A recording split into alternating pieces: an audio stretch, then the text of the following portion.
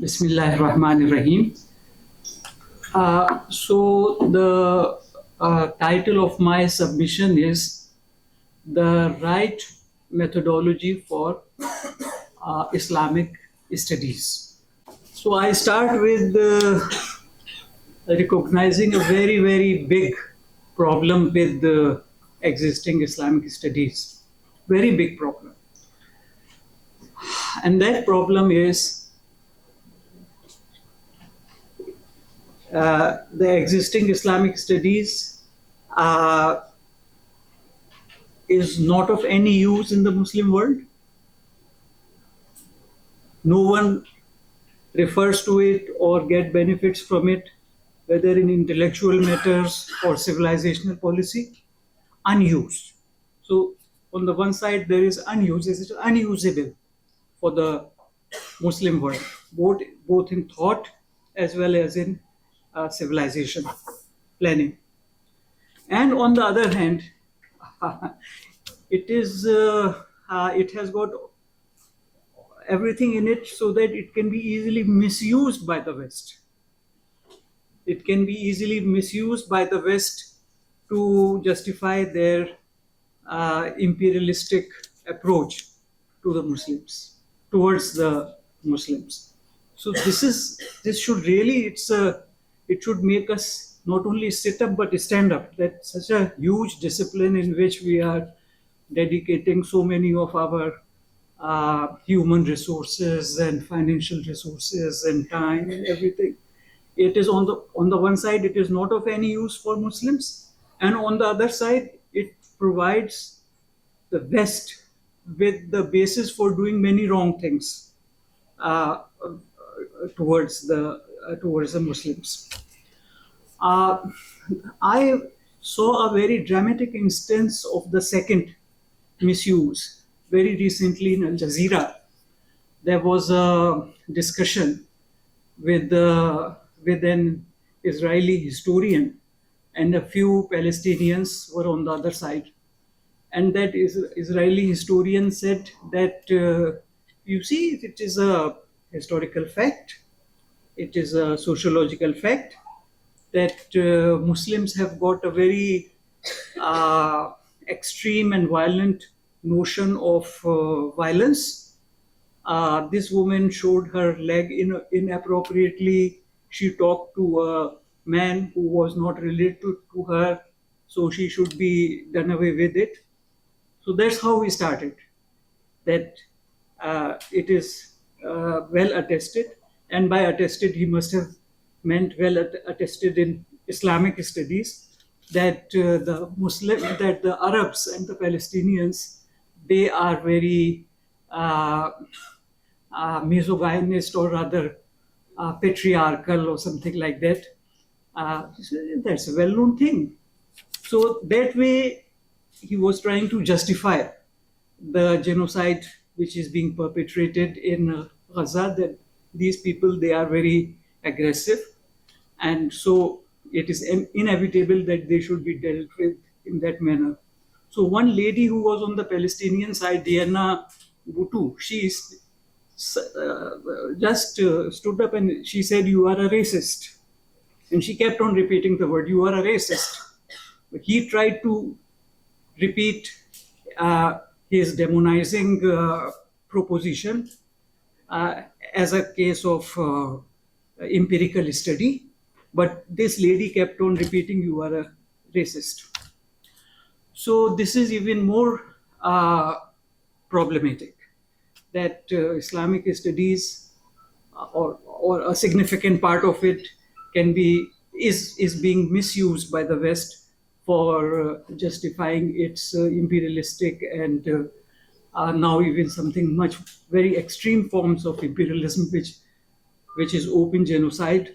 So that is being justified by it. So this is a very big problematic. And it is with this problematic in mind that we have to stand up to revisit Islamic studies and to redesign it. So it is with this very huge problem in mind that we should stand up to the task of revisiting and redesigning. Something very deep has to be done. Now, the title of my submission is The Right Method. We can equally use the adjective of proper method of study. What is the proper method of study? When the existing method is so problematic, then what is the proper method of study? Now, in method of study, one of the very big considerations is agency. Who is qualified to study?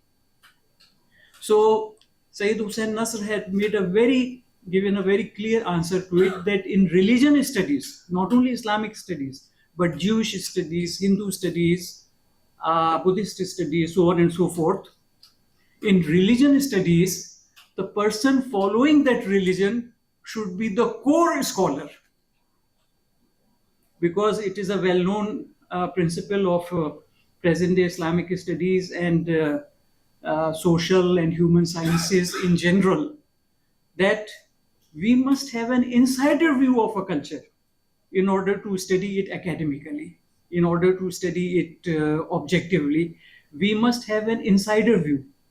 There are the object of our study is such that it cannot be simply reduced to some empirical data. Our subject is such that that our object of study is the insider's view. What does a Muslim think of Islam? How does a Muslim see Islam? How does a Hindu see Hinduism? That is the basic data which has to be used. And that is the basic agency which has to do the study also. So this is the first very basic thing, that in the proper method of study, we have to make it very clear. The issue of agency has to be made very clear. And as Nasr has said, that each religion should be studied at its core by its votaries, not only Islam, but all religions, if they are to be studied as an academic exercise in social and human sciences, then this study, the core scholars should be the people who follow that religion. And he said that now the situation is getting better in America. Now there are many Jews who are developing and presenting Jewish studies. Unfortunately, now there are a few Muslims also who are developing and presenting Islamic studies in America, like Nasr himself, the late Faruqi, and etc. So this is the first thing, that each religion, the outlook of the present day social and human sciences make it very clear that if a religion has to be studied as a subject of social science or human science, then the core scholars should be the followers of that religion. They should be the core scholars, not the only scholars, but the core scholars, the trendsetters, the pacemakers, the leaders. They should be the votaries and followers of that religion. This he has said in a beautiful and very informative lecture, which is available on YouTube. The past, present, and future of Islamic studies in America. That is the title of his lecture, The Past, Present, and Future of Islamic Studies in America, where he makes this observation. Now, I would add to it that the core of this core are the ulama. Muslims are the core of scholars who should study Islamic studies and develop it. And the core of that core of Muslims are the ulama, because the ulama are the natural leaders of the ummah. for the simple reason that the ulama are the natural leaders of the ummah. And this thing was most dramatically demonstrated in the case of the Islamic Revolution of Iran.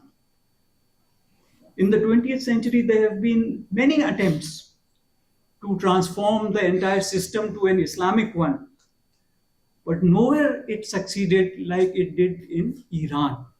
And the basic difference, if you try to find out the cause for that unusual success in Iran, but not in Pakistan, not in Bangladesh, so on and so forth, then the answer is the basic difference is that in Iran, the ulama were the leaders of the movement. So late Dr. Kaleem Siddiqui, some very eminent thinkers, they just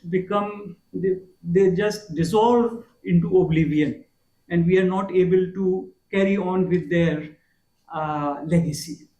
And it is unfortunate that Dr. Kaleem Siddiqui, who was again an eminent scholar, now hardly we ever hear of him or his ideas. He was the person who recognized this aspect of Iran's revolution, that the success in Iran, unmatched success, was mainly due to the fact that the leaders of the movement were ulama. So the ulama are the natural leaders of the ummah. This is so beautifully demonstrated in the case of Iran's revolution. Another proof empirical proof which I will adduce to support this claim is, because this is a diametrically opposite to what we often hear, and unfortunately from the tongues of many ulama themselves, that you university scholars will give the proper leadership to the ummah. So this is a very sort of paradoxical statement that ulama are the natural leaders of the ummah. So we need a few proofs for it. And the other proof is that Allama Iqbal is reported to have said that if there would have been no Darul Uloom Deoband in India, then as a result of the 800-year-old Muslim rule and civilization in India, glorious rule and civilization in India, 800 years long civilization in India, Muslim civilization in India, nothing would have been left as its legacy except for Taj Mahal, if it were not for Darul Uloom Deoband.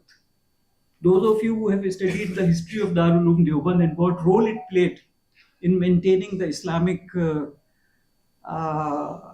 vision, narrative, and identity, you'll immediately agree.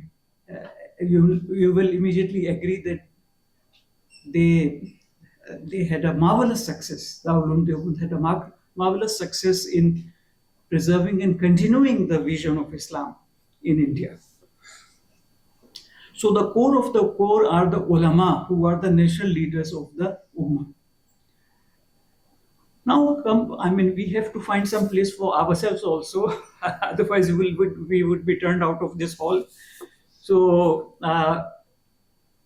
we are the collaborators, we are the assistants, we are the helpers, we are the collaborators.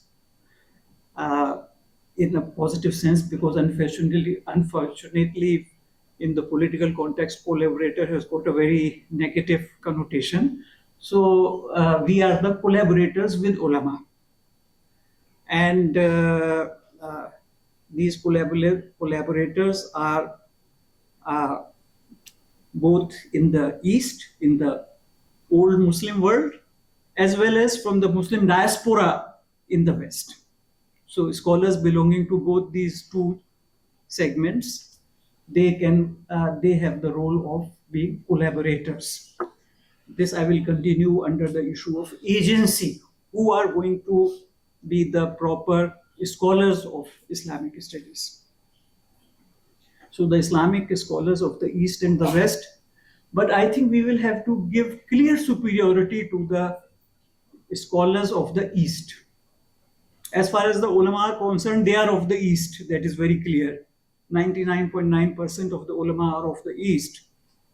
But when it comes to the collaborators, Islamic scholars, products of universities, etc., but who are committed to Islam, again we have two sections, those of the East and those of the West. And I believe that those in the East, they have a superiority because they are in their natural environment. They are like fish in water.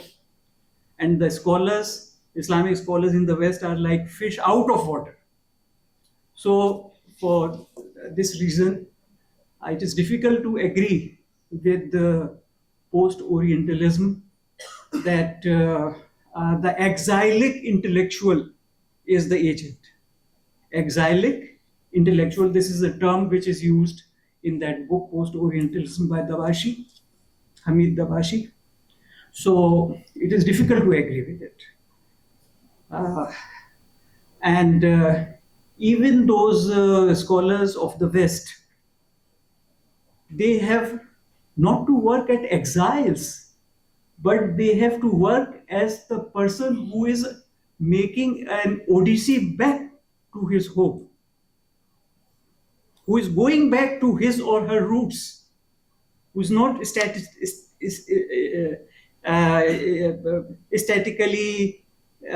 existing as an exile in the West. Rather, a person like in the Greek drama of Odyssey, you must have heard that the Odysseus, the king, he lost his way, but he worked hard to return to Ithaca, which was his capital. So even those of the West who, on whom the scholars, university scholars of the East, Islamic scholars of the East have an edge, but despite that edge, even in that tertiary position, only those Islamic scholars will be able to work who don't work as exiles, but as persons attempting to return to their home, making the odyssey, making the journey back to home. They will play the role of an agent rather than those who are reconciled to be exiles permanently living in an uncongenial environment. Then we can talk of still outer rung or circle.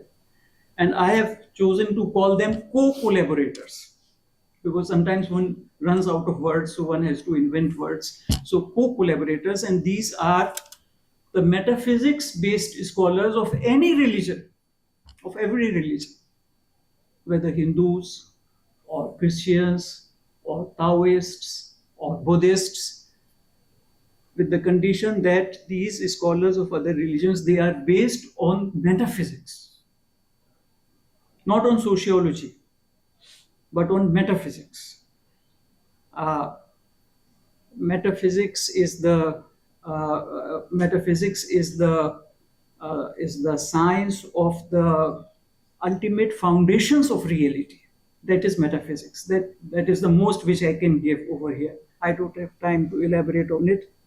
And metaphysics is something which we come to imbibe and recognize after many successive tastings. So it cannot be done in one sitting. And I don't have the time to elaborate. I leave you with this homework of coming to grips with the true metaphysics, true traditional metaphysics. What goes by the name of metaphysics in modern Western philosophy is a pale reflection of the real metaphysics, which is available only in traditional philosophy. So the co-collaborators are the metaphysics-based scholars of any religion. So this is what we can say about the issue of agency in the proper method of study of Islamic studies. The issue of agency, this is what we can say, some very important points which we can raise about the issue of agency. Now again, another dimension of the proper method of study is purpose. What should be the purpose of study? Because there's always a purpose, whether it may be explicit or it may be implicit, but there is always a purpose. For instance, in Modern science, natural sciences, it is often said that it is born out of the desire to know the reality. But since the modern Western sciences, they limit themselves to the material level, which is just the crust of reality, so it does not cut much ice that the motivation for Western natural sciences is the urge to know reality. Rather, the real reason is the cat is put out of the bag by Francis Bacon, one of the great architects of modern science, intellectual architects of modern science. He said, knowledge is power. So the motivation for Western natural sciences is power, not to know the reality, because they scratch only the crust of the reality, that is matter. So we cannot accept this self claim of Western natural scientists that their purpose is to know reality. No, their purpose is to get power. And that too, power by the nation states, because Francis Bacon, when he mentioned it, his addressees was the rulers in the state, not even the elites of a civilization, but the rulers. They were his addressees when he said that you should spend money on science because knowledge is power. So let's see what should be the purpose. In the proper method of study of Islamic studies, what should be the purpose? Now, we can divide it into two. For Muslims, there's a particular purpose when they go to study Islamic studies, and for the non-Muslims, there is another purpose when they go in for studying Islamic studies. If we assume that they are going out of it of positive choice rather than simply the pressure of circumstances. And many are those who go out of a real personal choice. They go out to study Islamic studies, whether from the Muslim world or from the rest of the world. For the Muslims, their purpose in Islamic studies is to get help in implementing the truth. Islam is the truth. But Islam, because human beings are free, they have been given freedom to stand by truth or to violate the truth. So the truth has to be, a lot of effort has to be expended in implementing the truth. Human beings are not forced to follow the truth of their nature or the truth of the cosmos or the truth of the reality. They are not forced. They can violate it. They can contradict it. They can espouse just the antithesis of the truth. They are free for that. So a lot of work has to be done for implementing the truth. And this is the life concern of Muslims, to implement the truth. So they go to Islamic studies so that it may help them to implement the truth. This is the purpose, or this should be the purpose. This should be the valid purpose for Muslims when they go to study Islamic studies. It will help them in implementing the truth, and it will also help in proclaiming the truth, in introducing themselves to the rest of the world. Islamic studies will help them to introduce Islam and themselves in a better manner, more successfully to the rest of the world. So implementing the truth within the Ummah and introducing themselves to the rest of humanity, in this they will get help. This is the purpose. And in their self-introduction, important things are that they want to say that we Muslims are people who know the fact that truth is one. It is not colored by East and West. Truth is one. It is not colored by ancient and modern. Truth is one. And what is that truth? That truth is servitude to God, ibadat. That is the truth. أعوذ بالله من الشيطان الرجيم وما خلقت الجن والإنس إلا ليعبدون. That is the truth. That's how we'll introduce Islam in ourselves, that we are people who accept this fact and who are committed to this fact that truth is one in the entire world, for entire people, for entire ages, and that truth is servitude to God. Number two, we are people who call themselves as well as others to become more and more consistent with this principle which everyone possesses and everyone recognizes and everyone accepts. قُلْ يَا أَهْلَ الْكِتَابِ تَعَالَوْا إِلَى كَلِمَةٍ سَوَاءٍ بَيْنَنَا وَبَيْنَكُمْ أَلَّا نَعْبُدَ إِلَّا اللَّهَ. We should worship none except Allah. This is something which you also accept. This is the kalima sawa. This is the connecting proposition between you and us. This is the common proposition between you and us. Then what is the meaning of calling them to it? Then out of politeness it is hidden. You are not consistent with it. You accept this principle. You accept this principle, but in many respects you are not consistent with it. That explains the ta'alluq. Otherwise, what would be the sense of ta'alluq? If already everyone is accepting the truth of Tawheed, then what is the sense of ta'alluq? Come towards. So that is the hidden and polite explanation, that we are unfortunately not consistent with the principle which we ourselves accept. So let us be consistent with it. To develop consistency with this truth of servitude to God being the real meaning and only meaning of life, we should develop consistency with it in our whole life. Then the third thing which we want to say about ourselves, which we want to show as our defining trait, defining character, defining attribute is that God has revealed different ways of servitude. Servitude is a universal principle, servitude to God. But the ways of servitude are different for different people. And it is God who has made it different for different people. And this does not show contradiction. If in one Sharia alcohol is forbidden, in another Sharia it is allowed, so on and so forth.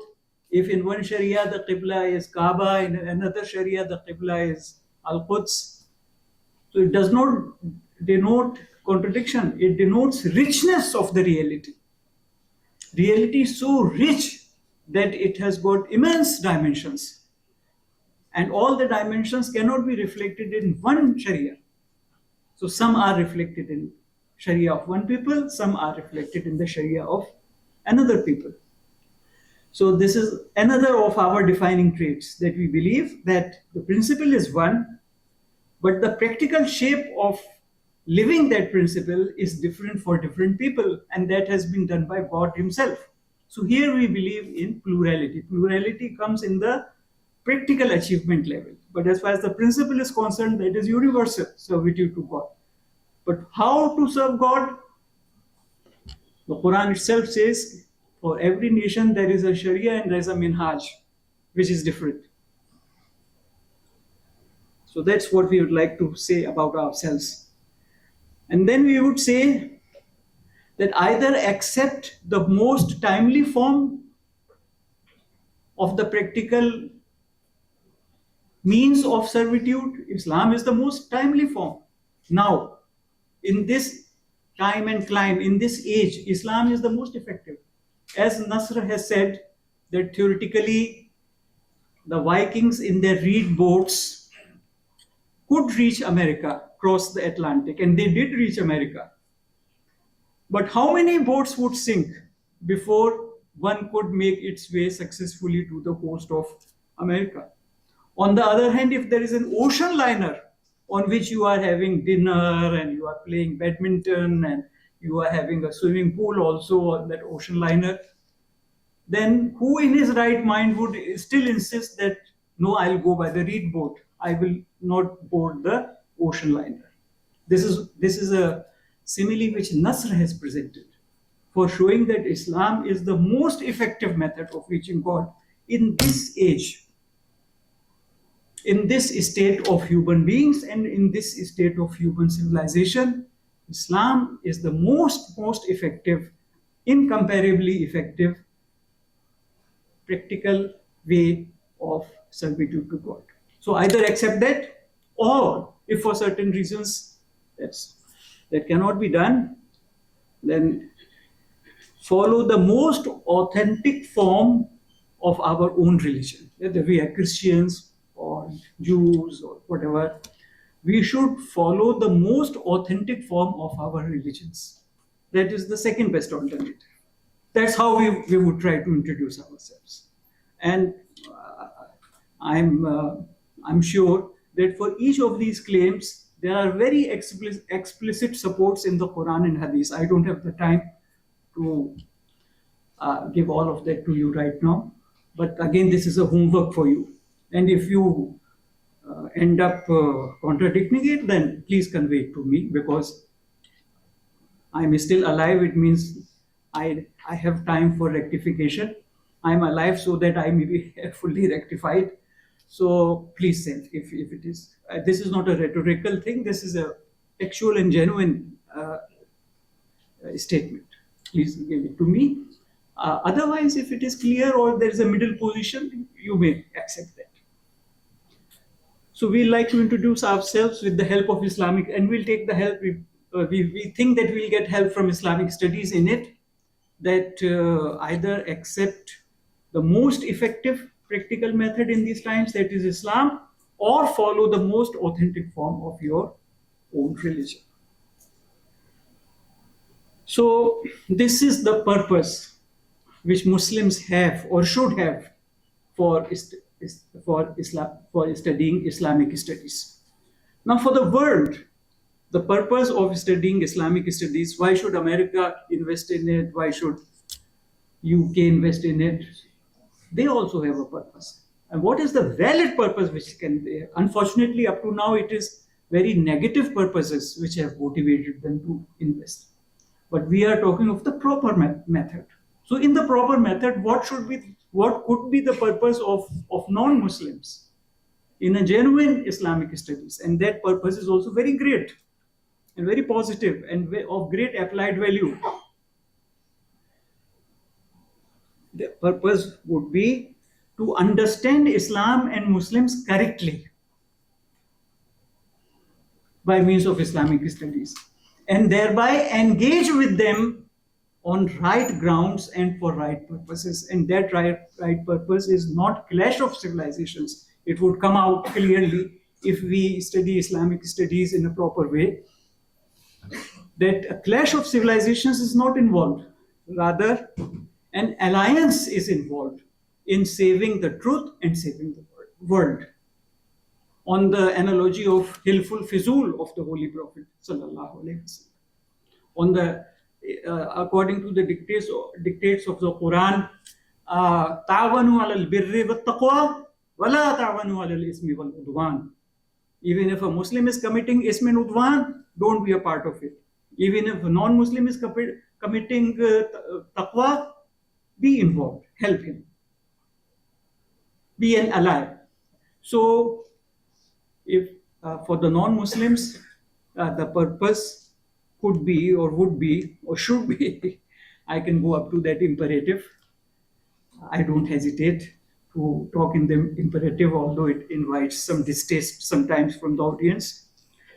But one has to stick one's neck out in order to state things very clearly and not beat around the bush. But of course, one should try to be as polite and as considerate as possible. So, in the case of non-Muslims, the purpose would be to achieve a correct understanding of Islam and Muslims. by a properly studied Islamic studies. And thereby, instead of engaging and using as a weapon of war the Islamic studies in a clash of civilizations, recognize the potential and the imperative, rather, not only potential, imperative of an alliance for saving the truth and saving the world. Because these are the end times which are dark, where truth is difficult, falsehood is easy. That's what the Kali Yuga means in Hindu philosophy. Ananda Kumar Swami, the foremost metaphysician and traditionalist author of the Hindu religion, has said that in Kali Yuga, the falsehood is easy, illusion is easy to fall into illusion, because they talk in terms of illusion and reality rather than falsehood and truth. We talk more in terms of falsehood and truth. They term more in terms of illusion and reality. So it is easy to fall into illusion and very difficult to understand reality. And he uses the term truth, by the way, and not reality over there in that statement. He says, I should be on the side of the truth, even in Kali Yuga. So in these times, each religionist is a precious ally, because collectively all religionists are faced with very difficult circumstances. Following religion is difficult for everyone. So previously we have a dual relationship of being a rival and an ally. So previously the rivalhood was maybe more important, but nowadays alliance is more important. We cannot totally do away with the rivalry, that will be there. But the focus should be on alliance. In the past, maybe the focus was on rivalry. So now in the days, in the times when the common impediments to religion are very massive, I think in this dialectic of rivalry and alliance is more dominant, or should be more dominant. So this is to understand Islam and Muslims correctly by a properly studied Islamic studies, and thereby come to the understanding that a clash is not involved, in which we use even this Islamic studies or its findings as a weapon of war, like that Israeli historian was trying to do, justify this terrible genocide by saying that Muslims are very patriarchal and aggressive. No, rather we should get together. We have all the potential for getting together. Rather, there is an imperative for getting together. Very much so on the side of Islam and Muslims, for coming together for saving the truth in these dark times and saving the world. So this is about purpose. Now, in the proper method of study, we come to the next very important factor, and that is the mode. For that, I will do a little bit of negative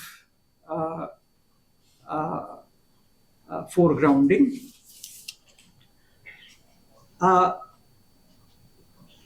People believe that a proper Islamic studies, the impediment to proper Islamic studies is imperialistic hubris, arrogance, pride, hubris, of course. We may be knowing that hubris means pride and arrogance, false pride and arrogance. So this is the impediment to a proper Islamic studies. It is difficult for the West to see the positive sides of Islam, and difficult for the West to see the problems with itself. So it is that imperialistic hubris, the white man's burden and that superiority and all those things with which we are so familiar, which is one of the impediment.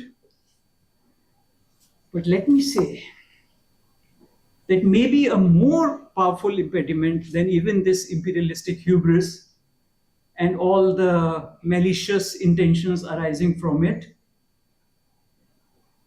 the real impediment is materialist limitation. Their thinking is materialist. So this transcendentalist Islam is very difficult for them to understand and accept. See, what was Renaissance? Renaissance was a stepping out from transcendental Christianity into materialist humanism. That was Renaissance. And the present day West is on that bedrock of materialist humanism. So for them, it is very difficult to understand. On the Islam is just antithetical in this regard. Transcendence, servitude to God, not only God but servitude to God. Islam is not content with writing on the dollar, "In God we trust." Rather, total submission of our entire life to God. That is the truth. That is the transcendental truth. So it's very difficult for them to understand and accept the transcendental focus of Islam. So I think that along with imperialist hubris, which most people talk about, or anti-Orientalism and post-Orientalism people, they talk about this hubris as the impediment. But I think a more important impediment is their sincere inability to see transcendence or to accept transcendence. With that perspective in mind, now we can say that the mode should be that we should try to construct the proper Islamic studies not as anti-colonialism or a-colonialism. If we are more charitable, we would say a-colonialism. We should make Islamic studies a-colonialistic. And those who are more hot-blooded, they would say anti-colonialist. The Islamic studies should be anti-colonialist. Instead of that, we will say that Islamic studies should be based upon metaphysics, because metaphysics gives the intellectual description and justification of transcendence. In universal terms, the best introduction and justification is by revelation, but that is, of course, only for those who believe in it, and that is a matter of iman. Whereas in metaphysics, which is the crown of philosophy, in metaphysics, the truth and reality, and the truth is transcendence. So transcendence is described intellectually and proved and shown to be the case intellectually. So we can say that instead of Islamic studies being a-colonialist, let it be based on metaphysics, because the more important impediment which is behind the not fully correct Islamic studies is materialistic limitations of the West rather than imperialistic hubris. Then coming to a little bit of philosophy and epistemology, because my title was huge, Islamic Epistemology and Research Methodology. That's a terrible title. You must give all 3 days to me for speak, only then I can cover that title. So I decided that I should recast it and mainly make it a study of the proper method of study of only one subject, that is Islamic studies. And let me bring in philosophy and epistemology a little bit. So here I bring it in. The most important truth emphasized by Islamic traditional philosophy is that material level is not the only level of reality. Rather, it is the lowest level of reality. And there are levels of being. There are many schemes in our traditional philosophy. One of the beautiful schemes is called Al-Hazira'atul Ilahiyya Al-Khams, the 5 divine presences. And the other one, which is more common, with which book we are more familiar, is the Tanazulat-e-Sitta of the Sufia. So these are 2 very common schemes of levels of being, that reality has got various levels. Material level is the lowest level. Above it is the subtle level, which is the level of jinns, etc., jinn, etc., subtle level. And that subtle level is inside human beings also. And that subtle level is in all things of the object, even the small pebble lying on the beach. That subtle level is within that stone also. Above the subtle level is the a spiritual level, the realm of the angels, Something correlative to it is in human beings also, and in the meanest pebble also. And then above the spiritual is the celestial, Lahuti, Lahut. You must have be remembering Allama Iqbal's शेर ए तायरे लाहूती उस रस से मौत अच्छी जिस रस से आती हो परवाज में होता है. So from there we can get our initial acquaintance with Lahut and Lahuti, celestial. And then there is the Hahut, which is the Zat-e Mehz of Allah subhanahu wa ta'ala. Zat-e Mehz, where there is no distinction, where there is no condition, where there is no qualification at all. That is Hahut. That is called Hahut in the five level scheme. So this is the most important part of traditional Islamic philosophy, levels of being. And this is a most important character of all traditional philosophies, whether Hindu or Taoist or Christian or Neoplatonic. But it appears to me with my limited study that the Islamic scheme of the levels of being is wonderful. That idea is in all traditional philosophies, but the scheme in Islamic traditional philosophy, which was developed by Islamic philosophers like Ibn Arabi, Rahmatullah alayh, etc., that is really marvelous. And when it is presented before our Hindu friends, they become intoxicated with pleasure, because then they can explain what they believe in, what they accept. ऐसा लगता है जैसे गूंगे को जबान मिल गई जब उनके सामने ये जो Islamic schemes of levels of being पेश की जाती है. ये बहुत परफेक्ट लेवल्स ऑफ बीइंग का आइडिया हर जगह है. The idea of levels of being is everywhere in all traditional philosophies. And then levels of consciousness corresponding to those levels of being, levels of consciousness. The material level mainly by sensory perception. The subtle level by sensory perception plus a little bit of intuition.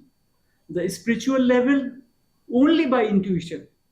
The celestial and the absolute level by annihilation, fana fillah, or by revelation. So there are levels of consciousness which correspond to these various levels of being.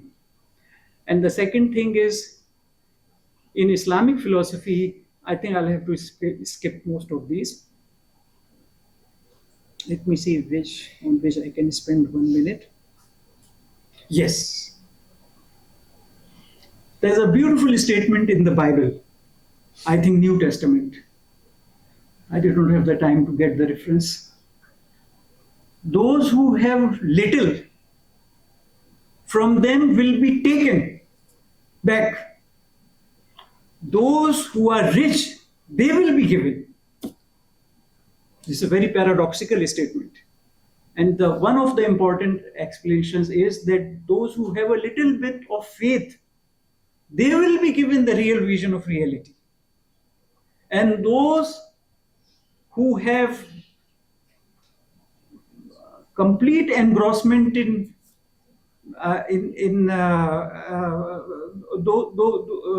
those who have no or very little idea of or commitment to God, from them even that little bit of faith will be taken back. Why did they not complete it? So this is a very important thing. And this is a thing which has been formulated by Sayyid Hussain Nasr, by saying that in Islamic philosophy is characterized by the fact that this philosophy is not a self-sufficient philosophy. It does not try to prove its first propositions. It takes its first propositions from the Quran and Sunnah. It's a philosophy based upon prophecy. And that is the subtitle of his very famous book, Islamic Philosophy from the Origin to the Present, Philosophy in the Land of Prophecy. That is the subtitle.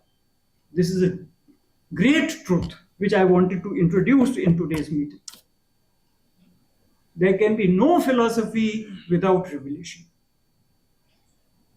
If people are under the illusion that they can prove even the first propositions themselves, then they will never have truth. They will never have knowledge. They have to take the first propositions from the revelation. And then they will discover many truths, and then they will have immense knowledge at their disposal. Another very important point which I want to raise is that in Islamic traditional philosophy, the definition is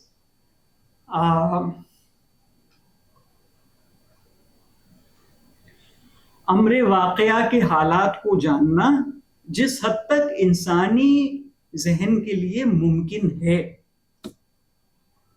This is built into the limitations of human capacity are built into the very definition of philosophy in the case of Islamic traditional philosophy. While these Western people, because they have the assumption that we can have full knowledge, so because they do not find the full knowledge, they end up in skepticism. We can have no knowledge. Whereas the Muslims who know what are the realistic aims of knowing, for them it is very evident, and for all traditional people it is very evident that certitude is available. Certitude that what we have in mind, the picture we have in mind, this is the picture of a real thing outside there. There is a real thing outside there, irrespective of my mind and my accepting it or not accepting it. This is called certitude, objectivity. So this certitude and objectivity is available with Muslims and other traditional people, paradoxically, because they accept the limitations of human knowledge. And that is why when they find some knowledge not forthcoming, they do not end in the conclusion of skepticism. They'll say we are having a necessary certitude. So this is another point which I wanted to emphasize. I think I can go to the next one. Disciplines. In Islamic studies nowadays we talk of philology, history, social science, phenomenology, myth criticism, etc. These are the various methods of Islamic studies or any religious studies. To it should be added the intellectual study of the intellectual core of religion. Religion has got an intellectual description of itself also. Intellectual description. Again, I'll quote Bible in which it was asked from Jesus, what is the greatest commandment? And Jesus is reported to have replied, the greatest commandment is to love my Lord with whole my heart, with whole my life, with whole my mind. I should love God with my whole mind. So there is an intellectual aspect of religion also. That intellectual aspect should be studied intellectually, and that should be one of the methods, along with history, philology, social science, myth, etc., which are already used in Islamic studies. This is the most important thing, and this is something which was mainly affirmed by W.C. Smith, Wilfred Canfield Smith, who highlighted this point, and for the first time he very much hammered on this point that religion should be studied by studying the intellectual dimension of religion, self-description of religion by intellectual method. And then ultimate level is metaphysics. And for this we have to refer to René Guénon and other traditionalist authors like Ananda Kumar Swami, Houston Smith, etc. Now coming to the data in a proper method of Islamic studies, the data should be from revelation. Not only those questionnaires and those empirical studies, that is also a proper data, I agree. But revelation, what is mentioned in revelation, what is part of religion, because religion is another thing, it is dependent upon revelation, but it is not one and the same. Religion as such. Then both the exoteric side of religion, Zahir, and the esoteric side of religion, the Batin, which in the case of Islam, as all of us know, is Tasawwuf. Then the metaphysics of each tradition, Islamic or Hindu or whatever it is. In the case of we are talking of Islamic studies. So Islamic metaphysics, Islamic traditional philosophy, and Islamic traditional sciences like Unani medicine or like other traditional medicines. If you study Unani medicine, you'll be surprised. It's so different and so thrillingly different from modern medicine, so fundamentally different from modern medicine. In fact, it is God's great providential mercy that in these times when all traditional sciences have become only of historical interest, one traditional science remains as a living science, that is traditional medicine, so that we can use it as a case study of traditional philosophy, of understanding traditional philosophy, and of seeing that following the traditional philosophy and making hypotheses on that ground, we can get so many positive and empirical supported truths. So it means that traditional philosophy is describing reality. It's not a flight of fancy. So that is proof by. Then even high literature like Rumi and Shakespeare, etc. So this is all part of the data. Then in the proper method is philosophy and prophecy I've already presented. Then the Sharia, importance of Sharia, I don't have the time. But Sharia, Tariqah, and Haqiqah, what are the real implications of this tremendous trilogy? This has to be understood. I don't have the time to go into it. This is homework for you. Or this is a ticket for my future visit. Then Falahi Darain, this is another part of Islam. Felicity of both the worlds, this world as well as the Akhirat. This is a unique. Shah Waliullah mentions that one of the distinctive features of Islam is कि ये फलाह दारैन का ज़ामिन है. हुज्जतुल्लाह के मुकदमे में उर्दू तर्जुमे में कहा गया कि फलाह दारैन का ज़ामिन है. Then the fact that madrasas are this very strong and authentic and continuous existence of madrasas, traditional centers of learning, this is unrivaled and matchless in Islamic civilization. There are seminaries and gurukuls, but as you will agree that they are not as powerful, as entrenched, or as continuous, or as controlling of entire civilization and thought as the madrasas. And then another idea is that the mujaddid, in every century there will be a revival, who will say some new secondary thing, not a primary thing, but a new secondary thing, which will make the primary again the primary. By that secondary support, the primary will be revived. This thing, that revelation is dynamic. Revelation is dynamic. A secondary form of revelation will be given to mujaddids in every century to remove the dust from the primary teachings. And then that Islam is a path of knowledge. In Hindu philosophy, it is said that proximity with God can be achieved by bhakti marg, devotion, karma marg, action, and gyan marg, that is knowledge. So Islam is basically gyan marg, and this is the, bhakti is there, karma is there, but the focus is on gyan, because Islam says no action will be accepted without iman, and iman is the correlative of gyan, of knowledge. So it is a path of knowledge, and being a path of knowledge, it allows a man to love God, his Lord, not only with his whole heart, but also with his whole mind, because the focus is on gyan, focus is on intellectuality. And then this also allows for having a philosophy which is transcendentalist, because gyan is centralized. So as a result, even intellectual sciences, Islam does not have to develop in a secular milieu. Islamic sciences also, intellectual sciences also derive from the Quran. Nothing is left for secularism. Nothing is left for Caesar. As in Christianity, give to God what is God's and give to Caesar what is Caesar's. So nothing's left for the Caesar, whether in the case of Sharia and law, or in the case of knowledge and intellectuality, by the fact that Islam is Gyan, is knowledge based.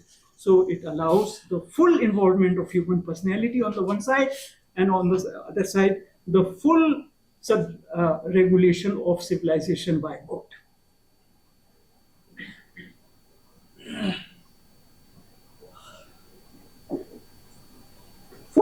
traditional correlative of Islamic studies. I think it is the Asrar Sharia, books on Asrar Sharia, like Imam Ghazali's Ihya, like Shah Waliullah's Hujjat.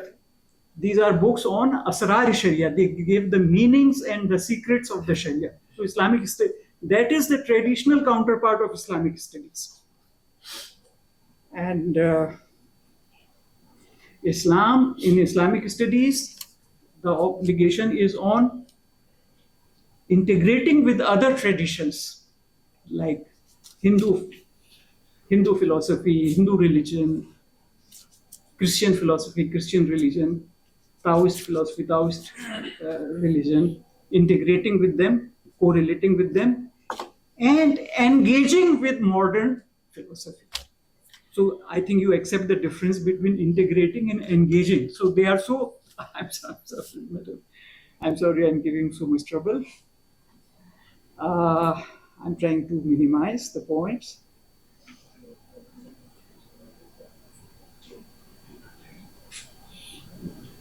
I think that the first step from modern to contemporary Islamic, we cannot be classical Islamic, but we have to be contemporary Islamic.